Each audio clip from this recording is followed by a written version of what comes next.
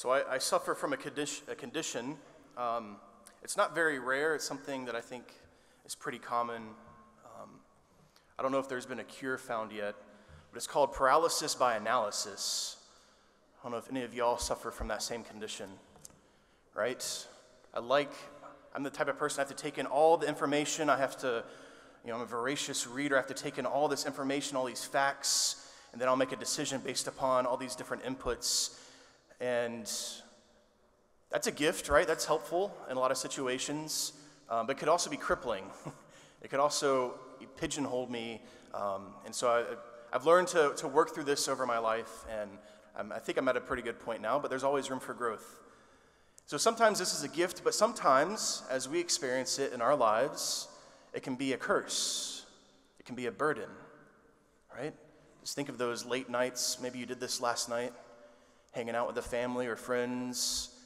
Hey, let's go to a restaurant. Let's go get something to eat. Well, where do you want to go? I don't know. Maybe let's open up my Maps app to see what's around. Where do you want to go? Oh, I don't know. I was thinking about this place or that place. Or maybe after you came back from dinner, you sat down in front of the television and say, hey, let's watch a movie. And you turn on Netflix or Amazon or whatever your streaming preference is, and you spend the next hour flipping through thumbnails of movies, right? We've all done it. I try to limit myself. Okay, I'm going to spend 2 minutes, find something, I'm going to watch it. If it's bad, then it's okay. There's more to life. We as a society, we suffer from this. Paralysis by analysis. We're also a risk-adverse society. We don't like taking risks.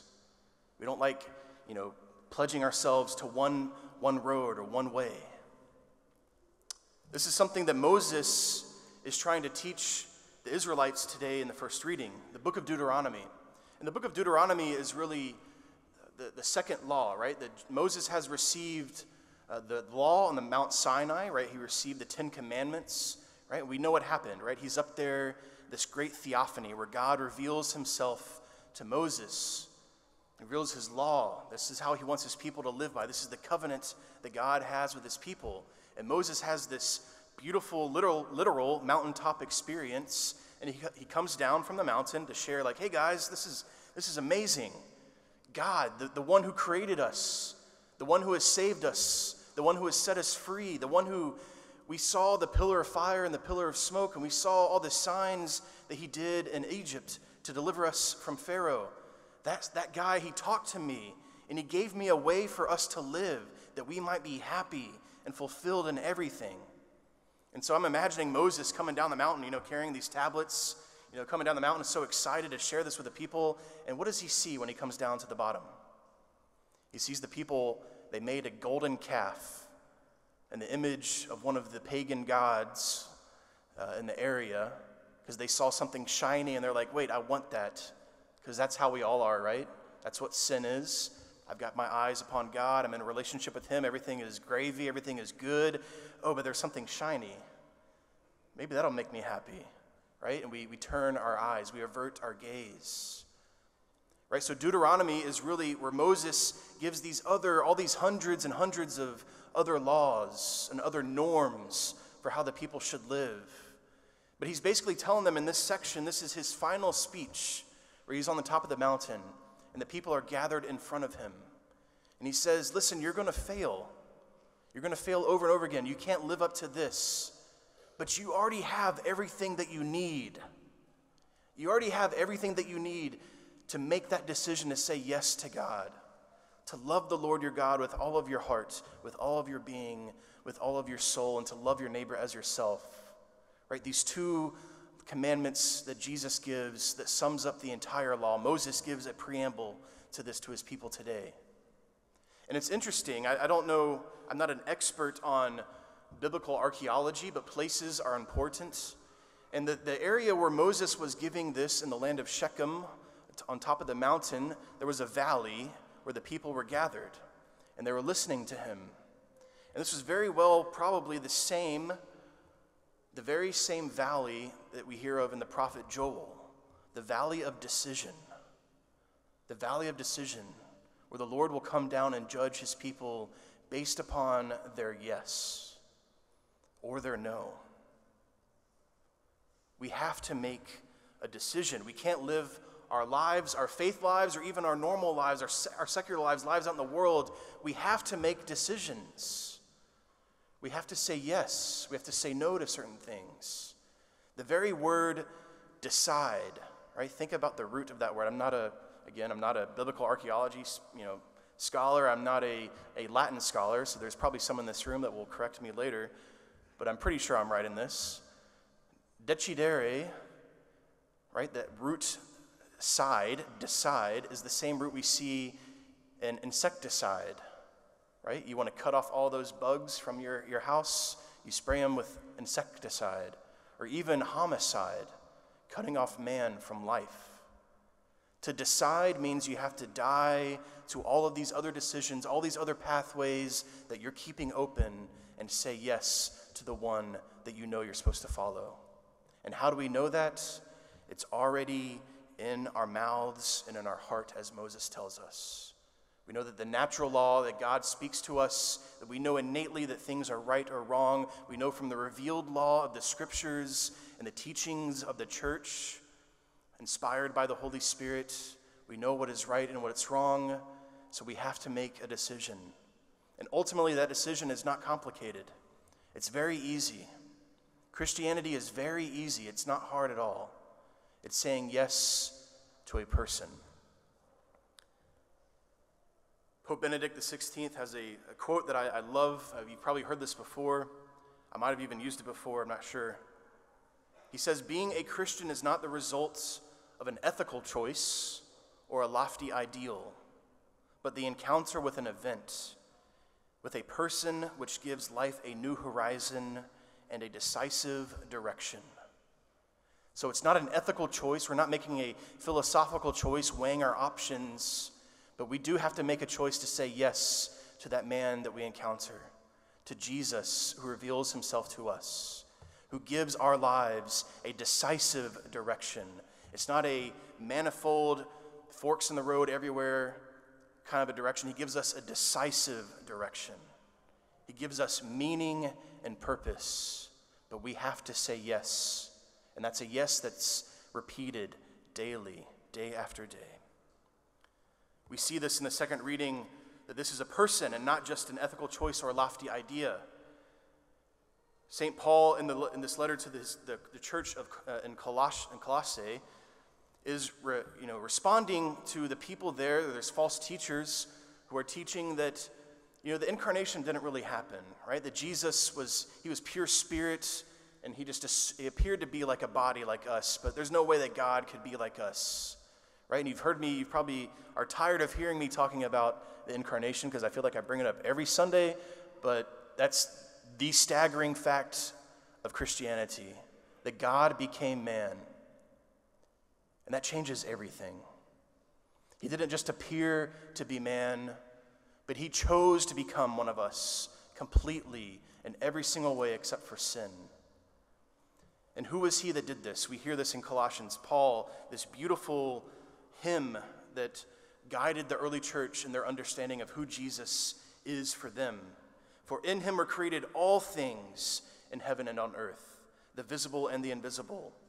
All things were created through him and for him. He is before all things. In him all things hold together. In him all the fullness was pleased to dwell. And through him he reconciles all things to the Father. Those things on heaven and on earth. This isn't just another man. This is God. This is the Lord of the universe. This is the Lord of the cosmos. This is the Lord of history, the Lord of everything that exists, that in him everything is held together, that we are here right now because he is holding us together. This is the man who comes to us, who chooses us. And that choice that he has made necessitates a response. That he is the word that is already in our mouths and on our hearts. He is the fulfillment of that law and those norms. In him, all things exist.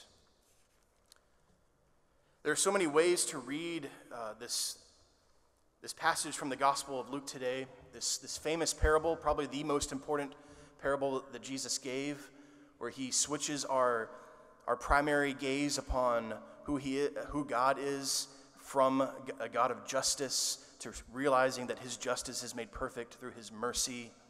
And there's so many ways to pray with this passage, right? This way of praying Lectio Divina, right, of stepping into the scene. There's so many characters in the scene. So maybe you're the scribe who asks this question, right, trying to justify yourself to the Lord. Who is my neighbor, right? He's not really asking who is my neighbor. He's asking who is not my neighbor. If you really look at it, he's asking who is not my neighbor. Who do I not have to care for so that I can fulfill the law? Right? Maybe you're that priest or that Levite that walks by someone who is suffering. You see that their need, you know in your heart that you're called to serve them. Maybe you walk by, maybe you can place yourself in that person's gaze. But why don't we place ourselves in the man who was robbed and beaten? We are that person lying along that road to Jericho, that dangerous road where robbers and thieves were loitering upon the highway, just waiting to seize someone. Maybe you feel like that. Maybe you feel like the world and people are just kind of waiting to seize upon you and to beat you up, to rob you of everything that you have, rob you of your joy, rob you of your peace, and to leave you there beaten and half dead. Maybe you feel like that. I know I felt like that before. So place yourself in their shoes. And you see this priest go by, and you see this Levite who is also in that priestly caste go by, and you think all hope is gone. And then you see this enemy of yours, this Samaritan, this person who had rejected your faith, this person who you were taught to avoid like the plague, this person who rarely ever entered into your spheres of influence, into your area, and you see them coming towards you with love and mercy. They are the ones who stop. They are the ones who serve you. The church fathers interpreted this parable as Jesus, who was the Good Samaritan. Because if we're honest with ourselves, we have treated him as our enemy. We have spurned him. We have rejected him. We have avoided him. Even though we were beaten and lying dead, we have rejected him. And yet he still comes to us. He is the completely other. He is the one who is foreign to our reality. He is the God who enters into our world and walks among us and heals us. We see this imagery that he pours the oil and wine upon this man, this image of the sacraments, the oil which heals, the oil which designates a person as dignified, as holy, as worthy, that sets them apart for holy purposes. That oil that we receive at our baptism, the oil that we receive at confirmation and ordination. This wine which gives vigor, the very blood of Christ which is given to us on the altar, that gives us that ability to go out into this world invigorated, bringing that love and that healing and that mercy to others. But that wasn't enough for the Good Samaritan. And that's not enough for Jesus. He goes even further. He says he takes him onto his own animal. He bears the burden of this man who is beaten and left for dead. He bears him and he carries that to the inn. And Jesus bears us and carries us to the inn of the church, where he gives the treasury of the church, these 2 silver coins, everything that we need to say yes to him over and over again. We have to make a decision. Jesus has chosen us. Are we ready to say yes to him? To say no to all other ways that may get in the way of our relationship with him? So is this an abstract idea? Is this a lofty choice or an ethical decision? No. It is something very near to you, already in your mouths and in your hearts. You have only to carry out. And then go and do likewise.